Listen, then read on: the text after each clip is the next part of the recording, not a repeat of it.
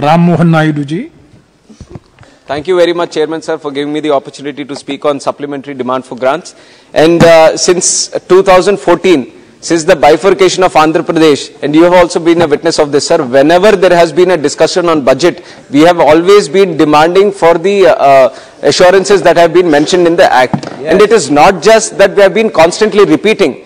The central government also has to understand the reason for us to constantly repeat our demands regarding the AP Reorganization Act is that most of them have been unfulfilled till now, sir. So which is why once again I request the central government to fulfill all the assurances that have been mentioned in the AP Reorganization Act. Some of them I want to briefly highlight. Some have already been mentioned by my colleague Jaidev Gallaji yesterday in his speech in this supplementary demand for grants. And one of the most important ones, sir, is the establishment of railway zone, sir. This has been a long-lasting demand and we felt very happy when it was mentioned in the AP Reorganization Act. But it was announced 3.5 years ago by the central government themselves. But even today, when even the budget of 170 crore rupees has been budgeted for this creation of new Vizag railway zone and also new Raigada division also, sir. But only 106 has been sanctioned. I have to mention in the floor of the House that the people of Uttarandhra, who are going to be the major benefiters of the railway zone, they are not satisfied with the sanction, sir. We want to see the zone in action. Only then it will be the fulfillment of this railway zone, sir. For that, we request the central government to give fulfill all the budgetary requirements for the creation of new railway zone in the state of Andhra Pradesh. And also, I don't know why there has been an unjustified decision to remove Walter division completely. It was one of the most profitable divisions in the country, sir.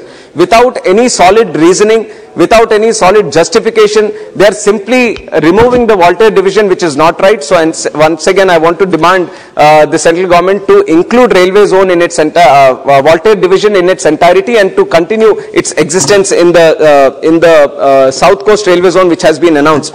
And also the stations are Palasa, Mandasa, Sunnadevi, Baruwa, Sompeta, Jadupudi, Ichapuram. These come under Khurda Road division. I would like to request the central government also to include them in the South Coast railway zone. These might be something related to the railway ministry, but whenever any decision has to be made, it has financial implications. So which is why I want to mention in the demands for grants also, sir. And like I've said, the major beneficiaries for the creation of railway zone, this has been a dream for Uttarandhra people, sir. New railway lines, new trains, new station developments, new infrastructure. So this is going to help in the economic development of especially Uttarandhra region. So without any further delay, let the central government bring the zone into existence and into operation. That is my strong demand to the central government through this speech, sir. And also Vizag steel plant. Not just this, sir. The central government has been constantly deciding on privatizing many of the PSUs. If there is a reasoning, the first and foremost reason that they give is that it's not the business of the government to deal with these kind of PSUs.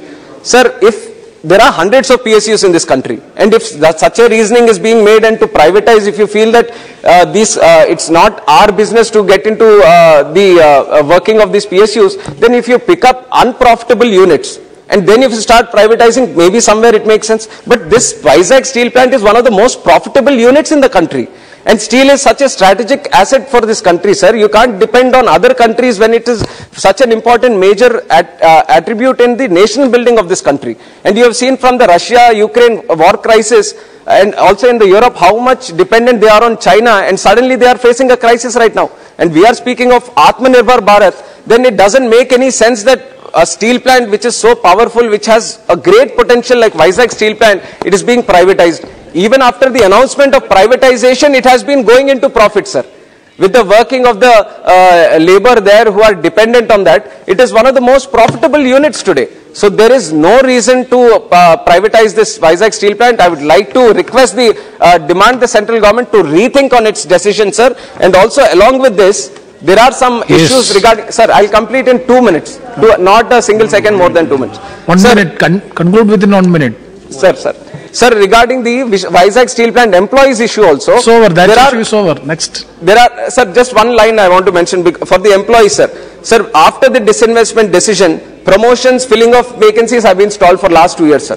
Sir, this is a separate decision which might happen, might not happen. But why stop the vacancies? Why stop the recruitment? Why stop the promotions? This is not right, sir. And also, there are displaced persons who have donated their land for the creation of steel plant. For so many years, they are waiting for additional employment. Approximately 8,300 people. They are still not employed, sir. Who is going to take care of these people? This also has to be answered by the central government. And one last final point, sir. I come from the state of Andhra Pradesh. So the finances are in a very alarming situation right now, sir. We are in a position where the government is not even able to pay the salaries on time. Today is the 12th and there are a lot of employees, government employees who have not received their salaries also, which is very alarming. So I would like to ask the central government, when the state in this great nation is facing this kind of financial crisis, is the central government just going to spectate, just going to look at the functioning of the state, or is it going to interfere? Because there are many other issues also if you go deeper, sir.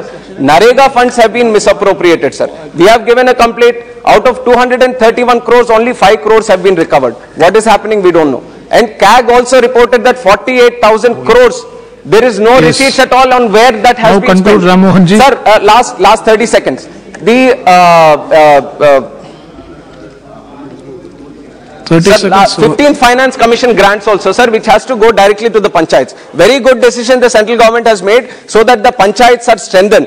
Now these funds also, approximately 900 crores, they are not going to the panchayats. The sarpanches are paying from their pockets, sir, for sanitation, for electricity, and this is also not right, sir. The center has to interfere. One last point that I want to make: disaster relief fund to the tune of 1100 crores, unutilized, misappropriated. What is the central government going to do? These are all funds which the central government is sending to the state. When the finances in the state are not happening in the right way, then who is going to take responsibility?